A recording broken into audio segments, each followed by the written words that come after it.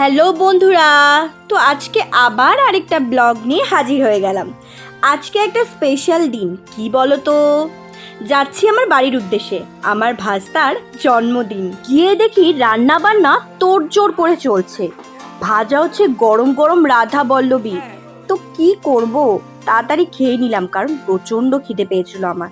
তো এই যে টুক করে মেরে দিলাম, পেটটা একটু ভরলো। তারপর চলে গেলাম বার্থডে বয়ের ঘরে। এই দেখো কত সুন্দর করে সাজিয়েছে, আর পাপা কত খুশি।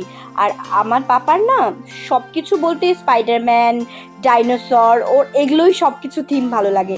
সেজন্য প্রত্যেকবার ওর জন্মদিনে এইসব থিমই করা হয়।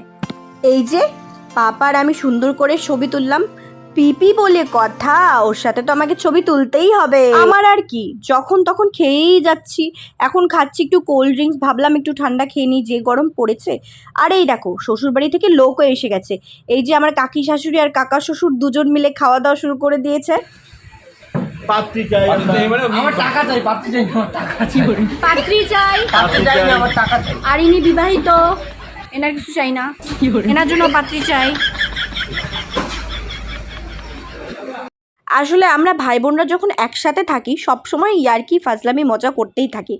এটাই মানে আমাদের খুব ভালো লাগে যখন আমরা সচরাচর একসাথে সবাই হই না, বাট হলে খুব মজা হয়। আমার শ্বশুর বাড়ি থেকে সবাই এসেছিল, আমার যা ভাসুর সবাই এসেছিল।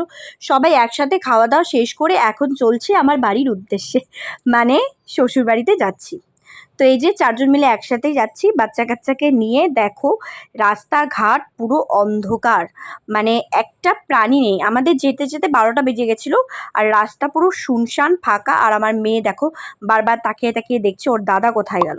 তো আজকের মতো ভিডিওটা এখানেই শেষ করলাম। ভালো লাগলে লাইক কমেন্ট শেয়ার করো, টাটা।